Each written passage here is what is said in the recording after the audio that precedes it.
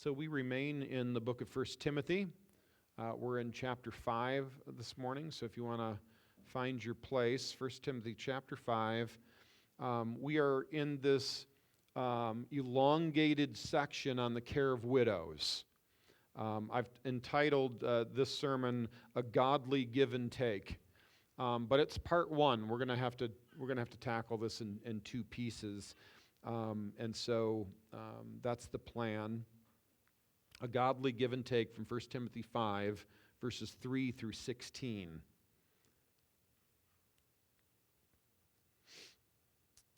I think all of us would agree that there are a lot of needy people around us. And think about that for a minute. You got people or faces coming into your head? Just lots and lots of need. And even people who ask for help are coming to us that don't really need help. So it's hard to even know who's genuine. I'm thinking of a guy I see begging for money at a particular intersection that I see day after day, week after month. How are we to know for whom and in what manner we should provide care? How are we to discern that? Years ago, our church would help anyone who knocked on the door and give them virtually anything they asked for. But is that wise? And is that how we should rule our own lives?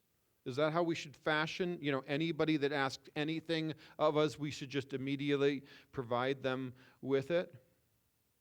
And what about people in our own church, like single mothers who've been abandoned by their husbands and now have to take care of both theirself and their little children?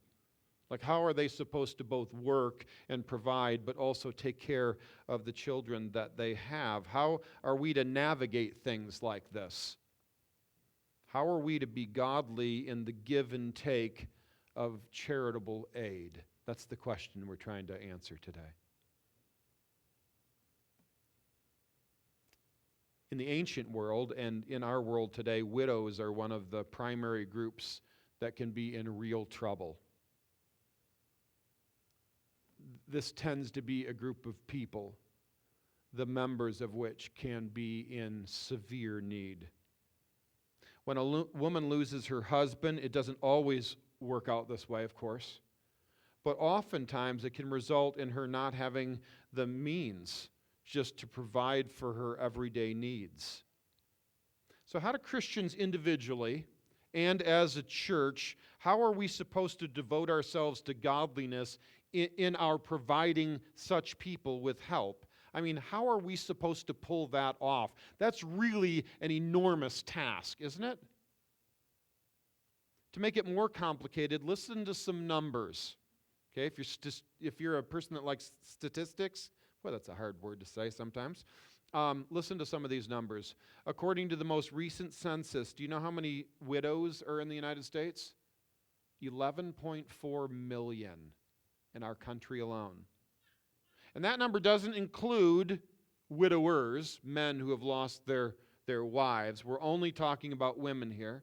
11.4 million widows in our country. And that also doesn't include widows that got remarried.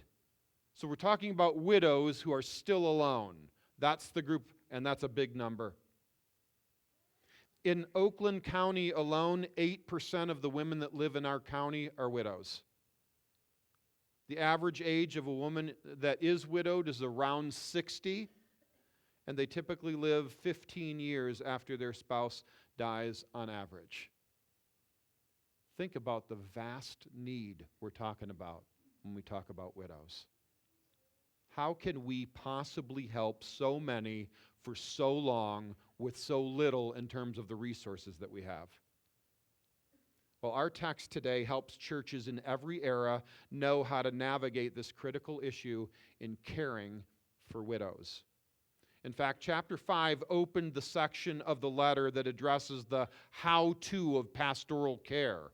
Remember, these were commands that were directed right at Timothy, the spiritual head of the church of Ephesus, and telling him how to care for certain groups of people. You remember that. We just focused on verses 1 and 2 last week, but that's how this section opens, and now we do the deep dive. Last week we looked at how pastors are to care for all these various kinds of people, genders, and ages. This week we sort of take this, as I said, this deep dive on the care of widows in a manner worthy of those who follow God. So not just some sort of practical approach that maybe a city might come up with or some governmental agency might come up with, but we want to approach this in a manner worthy of those who claim Christ. And that's where this text comes to our aid. How are we to live godly lives as we care for the needy, particularly the widows among us? That's the question. And what we find when we look at this text, what we find is this: with respect to widows, godly care is everybody's job. With respect to widows, godly care is everybody's job.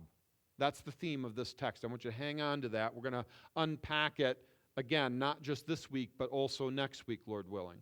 So let's turn our attention to the actual text, these words that proceed from the mind of God. 1 Timothy chapter 5, beginning in verse 3. Honor widows who are truly widows. But if a widow has children or grandchildren, let them first learn to show godliness to their own household and to make some return to their parents, for this is pleasing in the sight of God. She who is truly a widow, left all alone, has set her hope on God and continues in supplications and prayers night and day, but she who is self-indulgent is dead even while she lives. Command these things as well, so that they may be without reproach. But if anyone does not provide for his relatives, and especially for the members of his household, he has denied the faith and is worse than an unbeliever. Let a widow be enrolled if she is not less than 60 years of age, having been the wife of one husband and having a reputation for good works. If she has brought up children, has shown hospitality, has washed the feet of the saints, has cared for the afflicted, and has devoted herself to every good work. But refuse to enroll younger widows, for when their passions draw them away from Christ, they desire to marry and so incur condemnation for having abandoned their former faith. Besides that, they learn to be idlers, going about from house to house, and not only idlers, but also gossips and busybodies, saying what they should not. So I would have younger widows marry, bear children, manage their households, and give the adversary no occasion for slander. For some have already strayed after Satan. If any believing woman has relatives who are widows, let her care for them. Let the church not be burdened, so that it may care for those who are truly widows. In this text, the apostle mentors his young friend by giving him this overarching principle, the one I've already mentioned. With respect to widows, godly care is everybody's job. The give and take of care regarding widows has to be governed by what is godly, what reflects God's thinking about how to order our lives and also how to care for the most vulnerable among us. Think about God's heart for widows and others similarly in need. This comes from Deuteronomy chapter 10 and verse 8. The Lord our God executes justice for the fatherless and the widow, and loves the sojourner, giving him food and clothing. He executes justice on their behalf. He protects them. He provides for them. He loves to take care of people that can't take care of themselves. Did you hear that refrain when you were reading? The sojourner, the widow, the fatherless, right? Over and over. It might have been 7 or 8 times just in those few verses that Catherine read for us this morning. And that's the heartbeat of our God. He loves to care for people that can't care for themselves. And he demands those who follow him to have that same heart. His law requires Israelites to tithe the first portion of the harvest to those in need, calling it the sacred portion. Isn't that a beautiful little phrase? It's found in Deuteronomy 26 and 13. The sacred portion to be given to the Levite, the sojourner, the fatherless, and the widow. The sacred portion. Sacred. After God's own heart. His desire to care for people in need. That's a sacred duty. And so those sacrifices are sacred sacrifices. And likewise to the church, James reminds us that genuine faith is seen when we take care of orphans and widows in their affliction. That's James 1:27. You probably remember that from Sunday school class. So we've got the heartbeat of God throughout the Scriptures. I mean, it takes really a long time. And if you care to, I preached a sermon series on compassionate care when we were talking about deacons. So I did a whole series on that. But you could really spend some glorious time in the Scriptures looking at what God thinks about caring for the needy. Well, in that long tradition that flows from the very heart of God, Paul counsels Timothy that godly care is to be seen in three groups. And maybe you even thought of them as you were hearing me read the text aloud. The church itself, the families of widows, and the widows themselves. God calls for godliness in all three groups. Under the inspiration of the Holy Spirit, Paul sets forth for us the principles for caring for the neediest among us, as everyone involved is called upon to do their part. Yes, with respect to widows, godly care is everybody's job. Everybody plays a part. And this is yet another area in which Timothy is to exercise spiritual authority. Did you hear that kind of in the middle of the text in verse 7? Paul wrote, "Command these things as well, so that they may be without reproach." This is not the first time we've heard that. Command these things, right? Put these before them, before the people. And so what are God's rules then? Well, there are many of them laid out in this letter, but one of the primary areas of concern, one of the primary areas where pastoral authority must be employed is in this area of care to the widows. Godly care concerning widows is everyone's job. And the church family needs to know that. That needs to be a baseline for how we think about caring for those who are in the most desperate situations among us. Today, we're only going to take up the church's responsibility in this area. Next week, as I said, Lord willing, we'll look at the role of both the families of the widows and the widows themselves. Very important pieces to this whole picture. So if you can be here next week, and if you're absent, make sure that you listen to it so that you can sort of hear this all together. So let's turn first to the job of the church in the care of widows. That is, when I say the church, I don't mean the role of individual Christians, but rather our role corporately as a local church. That's what we're talking about first here. This is the first group Paul addresses with this charge. The church corporately is to take up godliness, seen in the caring for widows. And we see this, this text is not like most texts, where I say like, okay, the first 3 verses, this is this idea, and the next 5 verses is the second idea, because this text, it has this chiastic, sort of, it's half of the letter X. It has that kind of feature to it. So at the beginning and the end, it talks about an idea, and then the next advance is a different idea, and in the middle is yet another one. So we're going to bounce from the beginning to the end, so I'm just sort of warning you. Be ready to be looking at different parts of the text. We see this primarily at the very beginning and very end of the text, in verse 3 and in the second half of verse 16. This idea that the church is to take up the godliness seen in caring for widows. Notice how the church's responsibility frames our text. Do you see that? Let your eyes look on the text. Look at verse 3. Honor widows who are truly widows. Who is he talking to? This is a continuation of what he's already been doing in verses 1 and 2, speaking to Timothy. Make sure when you lead older men, you do it this way. Younger men, this way. Younger women, older women, and now widows. Honor the widows, right? So that's verse 3.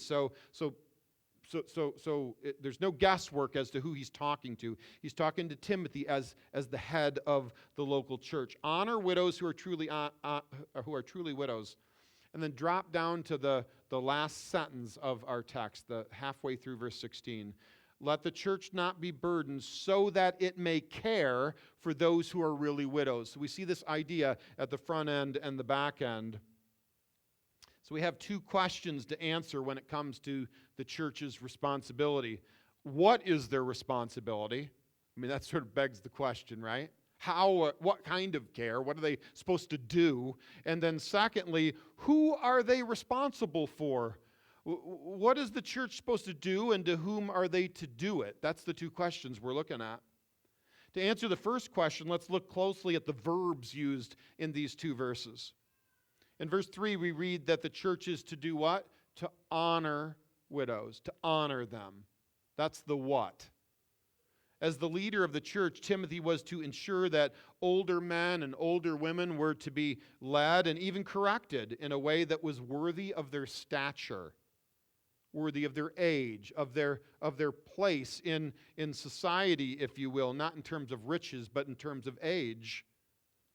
They were to be treated as a father, verse 1, and as a mother, verse 2. In other words, they were to be honored as fathers and mothers are supposed to be honored under the Mosaic Law, under the Ten Commandments. And surely that's what's being referenced here. Honor your father and your mother. And that idea gets taken up here and gets applied to widows as well. And that honor is to be extended to these older women, regardless of their social standing and financial means. They're to be honored. In fact, it is an honor to minister to the lowly and the needy, isn't it? It's an honor to do that. That goes back to that idea of that sacred portion. It's an honor because that's how God behaves. That's how He thinks and acts.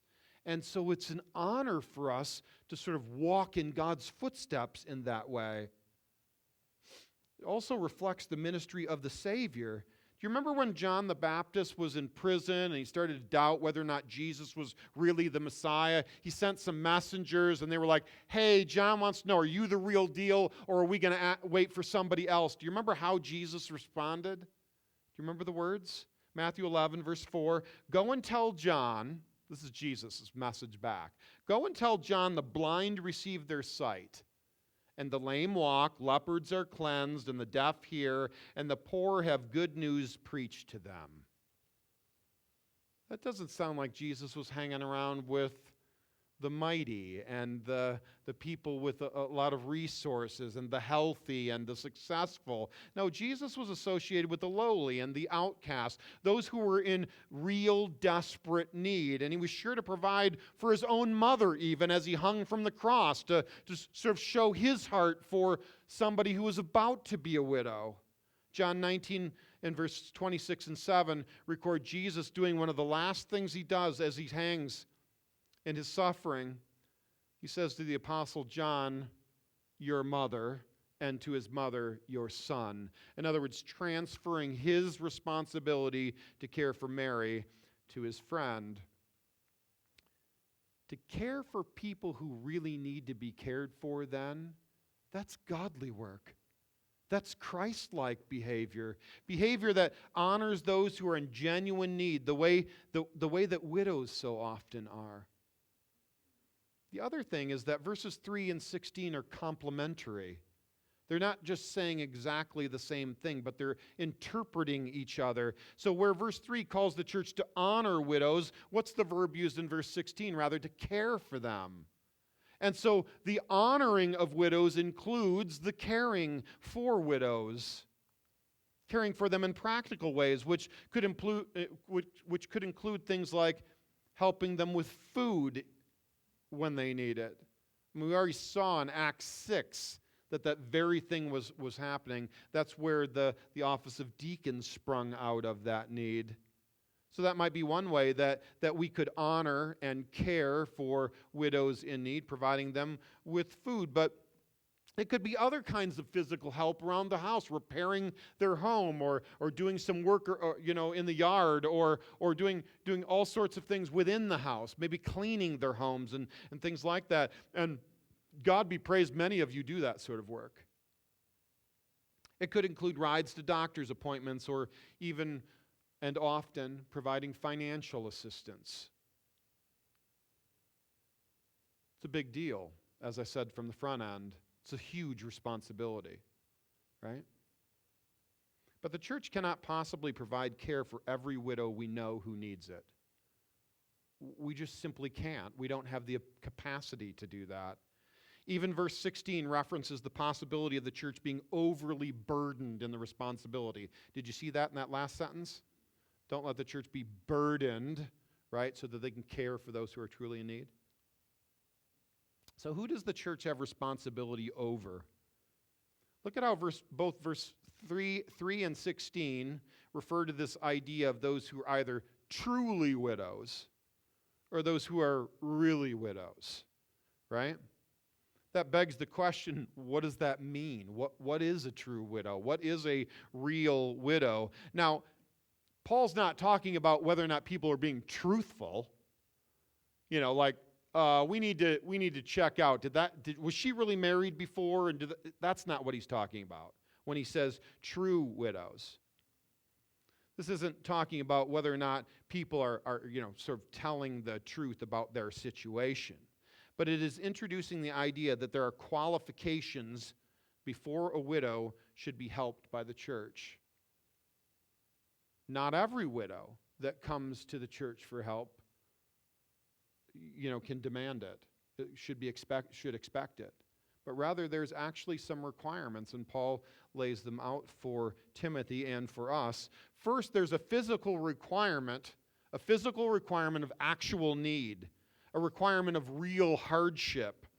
So instead of being truly widows, what you want to think is, are they truly in need? That's the idea.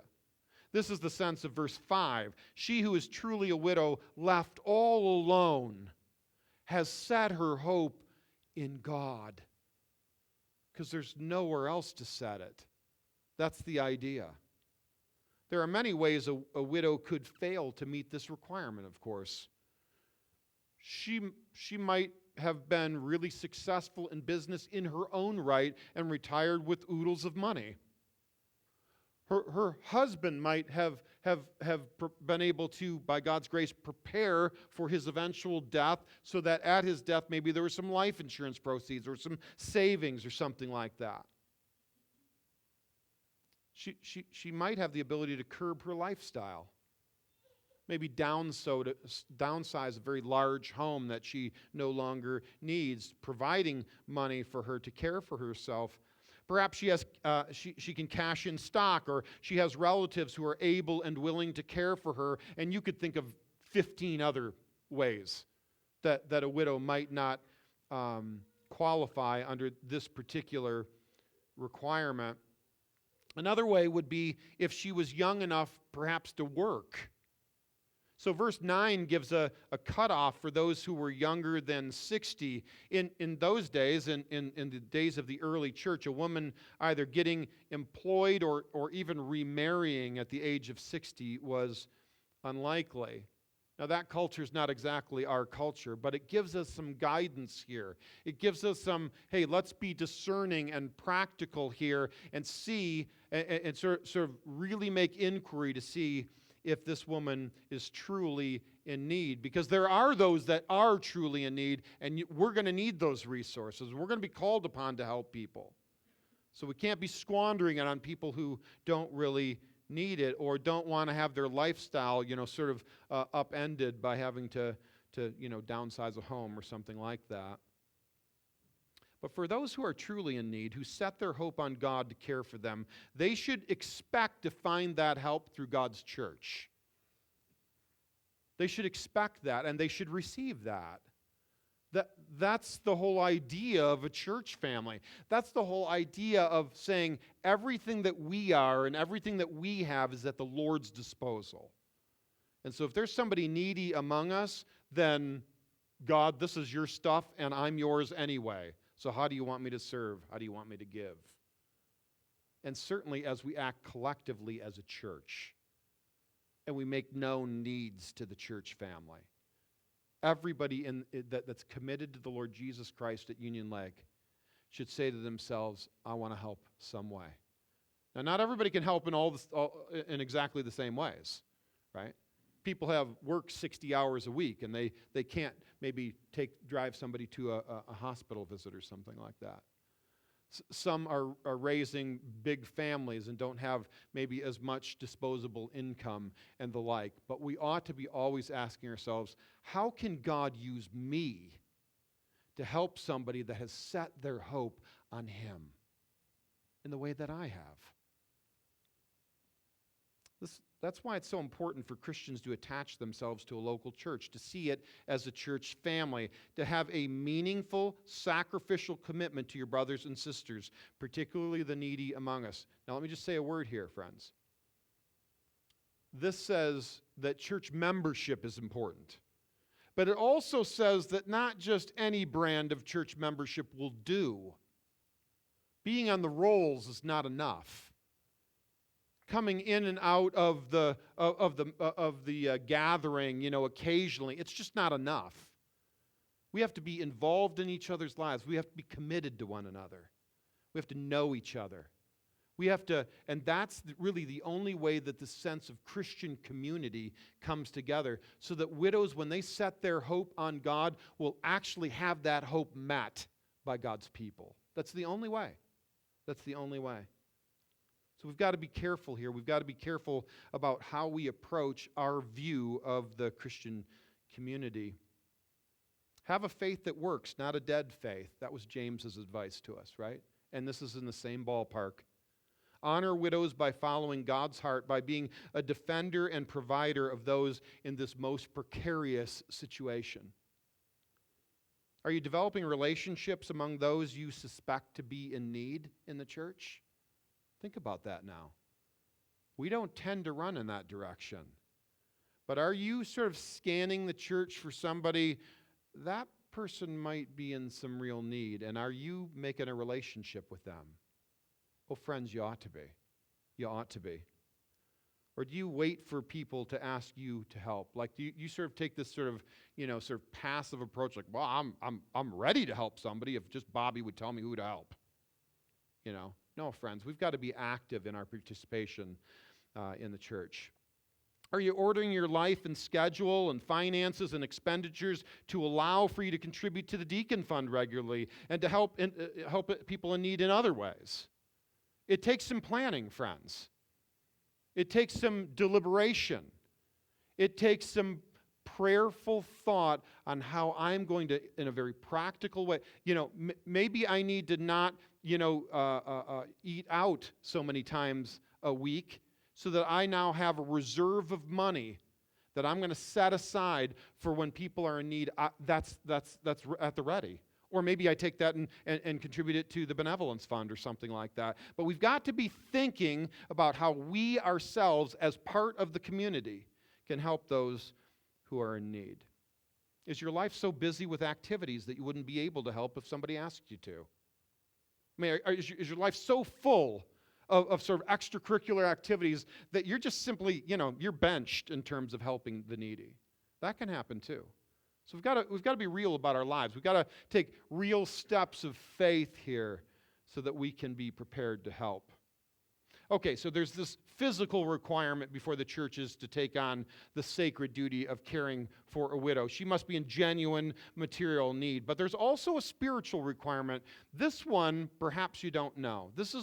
I never hear anybody talking in this area. So pay careful attention, particularly here. She must also meet a spiritual requirement. Look at verse 5. She who is truly a widow, left all alone, has set her hope on God and continues in supplications and prayers night and day. Another way to say this is that a widow must be a Christian if her welfare is to be the responsibility of the church. She must be a Christian. She must be in the Christian community. She must be in real need, and she must be a real Christian. And the church would have to be in a position to know both. They would have to know her needs and also know her Christian character. If not, these words are meaningless. In other words, I need some help. Oh, yes, I'm a good Christian. I pray all the time. That would make no sense to have that sort of, requirement listed here. The church would have to be in a position to know whether or not that woman is an actual physical, material need, but also that she meets this spiritual requirement of faith in Jesus. They would have to know her needs and know her Christian character, which presupposes a close connection with the church family, suggesting that she's probably a member of the church. Because back in Ephesus, there weren't church hoppers. That was the only church around. And to be called a Christian in those days was to put your life at danger often. It was to result in your family cutting you off. If you were a Jew, you would be expelled from the synagogue community. So at Ephesus, if there was a woman who lived like this, her life looked like this, she'd be a member of the church. Paul and Timothy would have known that. It takes us a little bit of extra work because we come from this Western, modern context that's quite different. But friends, if you're not convinced of that cultural reality, look at the actual words used here. Look at verse 5, the first part. She has set her hope on God. The grammar here requires that we read this as a settled hope. This is what her life has sort of been founded upon. Earlier, Paul used the same language to explain why Christians should strive for godliness. Do you remember it? It's actually in a different book. I'm sorry, Galatians chapter 4 and verse 10. Because we have our hope set on the living God. Because we have our hope set, that isn't our text. I've got the reference wrong. That's in this book in 1 Timothy. I believe it's in chapter 2 when he says, "For this we strive and toil." He's talking about a section about godliness there. Because we have set our hope on the living God. That's the same phrase. If he's saying why the church should strive for godliness and use that phrase and brings it up again here, that means she's part of that number. And in the next chapter, chapter 6, Paul's going to warn the rich not to set their hopes on the uncertainty of riches, but on God. So we don't have the exact phrase, but the same idea. And look at how she said in the second half of verse 5 there. She said to continue in supplications and prayers night and day. Now, not only has Paul already called Timothy to make sure the church family devotes themselves to continual prayer. He did that at the beginning of chapter 2. But this text also refers or alludes to a famous widow of genuine faith that came before the church of Ephesus was founded. Even before the founder of the church was born of the virgin, but who was awaiting his blessed arrival. Luke chapter 2 in the temple, we find a widow like this. There was a prophetess, Anna. She was advanced in years, who was a widow until she was 84. She did not depart from the temple. You know what she was doing there when she was always hanging around in the temple? Worshiping with fasting and prayer night and day. Surely Paul is alluding to that representative widow. What a widow ought to give her life to, who sets her hope on God. Yes, a widow must be in genuine need and possess genuine faith to expect regular care from the church. Notice verse 6 describes a woman who doesn't meet either requirement. She who is self-indulgent is dead even while she lives. That seems to be a throwaway verse, doesn't it? It seems to be like, I thought we were talking about something else. But there's this rather abrupt interruption. It just first describes, the verse prior, This widow who's a genuine Christian. She set her hope on God. She praised Him night and day. She's devoted to Him. And now verse 6 says, but she who's self-indulgent, she's dead while she lives. Self-indulgence betrays the fact that she's not really in affliction, first off. I mean, if she can indulge herself, that means she has resources in order to do that. It literally means to live luxuriously, or we might say to pamper ourselves. The same description's given to the wicked rich in James chapter 5 and verse 5, who oppress the poor. You're starting to get a sense of that kind of a person then, right? In other words, this is the bad side of the coin. To expect God to care for you through the local church with regularity, and that to be absolutely middle of the bullseye, the church's responsibility, you have to be in real need, and you have to be a real woman of faith. This self-indulgent person is neither. She has the means to indulge herself, and because she's indulging herself, she's not using her resources like a Christian. She's not using it to bless people who are in need, but she's rather lavishing it on herself. The self-indulgent describe those who are physically living it up, but who are spiritually dead. And that's not the kind of person that should expect the church to care for them in their old age. So taken together then, these opening verses make it clear the church has the responsibility to honor, to display godliness by caring for widows. But not all widows. Widows who are in the family of faith and who are in genuine need of help. And I know that smacks of like, I thought the church was supposed to love people. But friends, it's not your version of love that the church is supposed to operate in. It's God's. God is sharing His heart through His apostle here to Timothy, and down through the ages, He's preserved this text for us so that we could see that we have a great responsibility, but there are some requirements. There's some discernment that has to happen. Remember that this is the church of the living God. It's His church. The people within it, the widows and everybody else, as well as the resources that the church has as its disposals, all of it is the Lord's. It's His.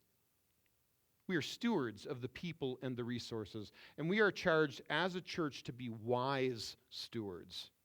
We have a sacred duty to assist people who are really needy in the church. And so we have to be careful not to spend our money and busy ourselves so that we have neither the time or resources to help Christian widows that the Lord gives to us, that gives to our number. Now let me be clear. We've been looking at the church's responsibility to widows, the church corporate. It doesn't mean that you cannot help a non-Christian widow that's in your life. That would be a glorious gospel fruit. By all means, do that. You see people that are in need that are not Christians, that is one of the primary ways you get to get involved in people's lives and both show the gospel and speak the gospel so that they'll be saved. You echo God's grace to us who were not Christians before we were, right? And so let's be clear on that point. And in fact, if you have a widow in your own family, whether they're Christians or not, we're going to deal with this next week, but you have an absolute God-given responsibility to care for them. If you don't, you deny the faith. That's how serious that business is. Many churches hand out money indiscriminately. If someone asks for help, they get it. When we operate this way, there's no discernment needed. Check your spirit and brain at the door. Just hand it out. Does that really need a church to be involved in that transaction? When we operate that way, no real stewardship is displayed. And in fact, it's a cheap brand of godliness, friends. It's a cheap brand of godliness. To not give any discernment or thought to that person's real need and just be like, oh, he says he needs $100, here you go. That's not godliness. It's not. It might make you feel good for a moment. It might maybe scratch the itch of that guilt that's gnawing at you or something like that, but that's not Christian. That's not what the church is called to do. And oftentimes, it's not much of a Christian witness either, especially for people who are not in real need, that see the church as a soft touch, as easily duped. That's not what we're called to, friends. It's just not. So this has some implications for us. The principle's this: godly care concerning widows is everybody's job. The church must get involved. Together, we must honor true widows, those who are believers and have nowhere else to turn. That's the church's responsibility. We are God's heart and hands and feet for them. Because of that, just as you commit to give financially to the church with regularity and sacrifice and joy, you have to be ready to do that when needs arise in the church as well. That's a whole nother area that you get a sacred duty to partake in. So you need a plan. You may even decide, as I said before, to cut something out of your regular spending in order to make allowances for needs that arise in the church, or so that you can regularly contribute to the benevolence fund that the deacons manage for us. You have to start thinking about these things. Maybe that self-indulgent description in some ways describes you. And maybe you need to repent of that. And ask God to lead you in righteous ways of thinking and behaving in this area. Another thing, you may not be inclined towards compassion. Some of us are just like from Jump Street in our spiritual lives, are just infused with the Spirit's gift of compassion. You know, I'm not one of them. When I was asked to be a deacon at my former church, I thought, they have the wrong guy. I mean, I'll do it. I'll discharge whatever duty you give me, right? But I don't have any necessary heartbeat for people who are in need. And you know, God developed that in me. I prayed for it. I begged God, help me to be a more compassionate man. And by God's grace, whatever compassion you see from me is from Him. Because I'm not naturally inclined that way. And if you're like that, friends, ask God. That's a big ask. And He grants those sort of prayers all the time. Because He wants you to have His heart. He wants you to act in the way that He acts. He wants you to look like you belong to Him when people are in need. So ask God for help. Another very practical thing you could do is both inquire of the deacons. Hey, how can I help? Are there people in need that I can serve? Is there some practical thing that I can do to help you as you lead the compassionate care of the church?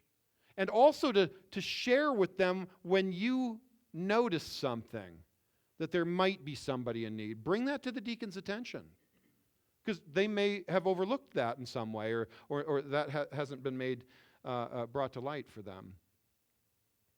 And by all means, friends, honor the widows that are already among us. Do you do that? When's the last time you made any contact with a widow in our church? I'm trying to get up in your grill here. I hope that's the Spirit talking. So call our widows. Send them notes of encouragement. Make the handwriting big. And visit them. Care for them. Love them. Not only the ones that are in the greatest need, but by all means start there. It's a godly honor to do such things. But here's another thing. Think about people that are older than you in the church. Almost everybody can do that. Think about people who are older than you in this church and cultivate relationships with them, because they're going to be in need at some point. And if you start investing in them now, you will already be so intertwined in your love of them that when their care comes up, it'll be just like your own mom that needs help. Let's ask God to do such things. Take a few minutes of just quiet reflection and ask the Spirit of Jesus Christ to impress upon you both needs of repentance, perhaps, and these sort of promptings for you to do these acts of righteousness as we seek to care for the godly widows among us.